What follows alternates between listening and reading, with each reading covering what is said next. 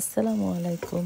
মজার মুরগি ভুনার রেসিপিটা আজকে শেয়ার করছি। ব্রয়লারের চিকেনগুলো নর্মালি অনেকেই আমরা দেখলে একটু নাক ছিটকাই যে এটা ভালো লাগে না বা খাবো না, বাট আমরা তো বিদেশে আসলে দেশি মুরগি আর পাবো কই। এই ফার্মের মুরগিটাকেই দেখা যায় এক এক সময় এক একভাবে রান্না করি, তাহলে দেখা যায় একটু মজা করে খেতে। আজকে রান্না করছি কিছুটা মাংসের মতো, মানে গরুর মাংসের মতো মাখিয়ে। এখানে আদা রসুন পেস্ট, হলুদের গুঁড়ো, মরিচের গুঁড়ো, ধনিয়ার গুঁড়ো, জিরার গুঁড়ো আর একটু সরিষার তেল, স্বাদ মতো লবণ সবকিছু দিয়ে একসঙ্গে ম্যারিনেট করে রেখে দিচ্ছি। তাহলে দেখা যাবে মাংসের ভেতরে সব মশলা প্রবেশ করতে পারবে। অপর পাশে একটু প্যানে তেল দিয়ে দিলাম। আর এভাবে চিকেন ভুনাটা যখন আমি করি, তেলের পরিমাণটা একটু বেশি দিই। আর পেঁয়াজের পরিমাণটা একটু বেশি দিয়েছি, কারণ আমি জাস্ট এটা পেঁয়াজ দিয়ে আজকে ভুনবো। আর ঝোল বা আলুর কিছুই দেব না। মাংস থেকে যে পরিমাণ পানি বের হবে তাতেই রান্নাটা হবে।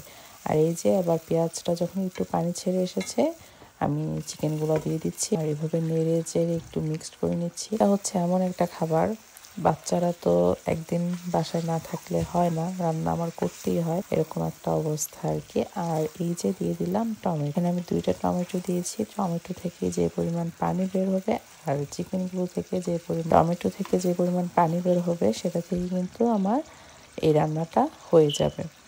আর এই যে দেখুন, পানি কিন্তু অলরেডি বের হওয়া শুরু হয়ে গিয়েছে। আর আমি কিন্তু ঢাকনা দিয়ে ঢেকে দিচ্ছি আর কিছুক্ষণ পর পর একটু নেড়ে দিচ্ছি। চুলাটা মিডিয়াম লো ফ্লেমে রাখছি, কারণ একদমই হাই ফ্লেমে রাখলে আবার নিচ দিয়ে পোড়া লেগে যাওয়ার সম্ভাবনা থাকবে। মিডিয়াম লো ফ্লেমে রেখেছি। আর এই পর্যায়ে যখন এরকম পানিও দিচ্ছি না, জাস্ট এই চিকেনগুলো থেকে যে পরিমাণ পানি বের হয়েছে আর আমার এরকম যখন একদম শুকনো শুকনো হয়ে আসবে হালকা, তখন আমি আমার যে গরম মশলাটা আমি বানায় রাখি, যে সব ধরনের স্পাইস দিয়ে, ওইটা দিয়েছি একটু পরিমাণে। আর এই যে একটু নেড়ে চেড়ে মিক্সড করে নিচ্ছি। আর এই পরিমাণ ঝোলের পরিমাণটা আমি এইটুকুই রাখছি। ঠান্ডা হলে দেখা যাবে যে আরেকটু ঝোল কমে আসবে। আর এই তো বাস আমার রান্না ডান। আর এই চিকেন রান্নাটা এত বেশি মজা হয় এভাবে রান্না করলে, বাচ্চারা তো একদম চেটে পুটে খায়, মানে এতটাই টেস্টি হয় এই রান্নাটা। এভাবে ফার্মের মুরগি হলেও মনে হবে যে না, অনেক ভালো ভালো লেগেছে খেতে, এরকম।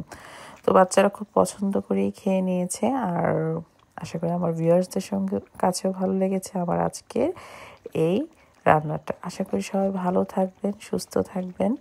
আল্লাহ হাফিজ।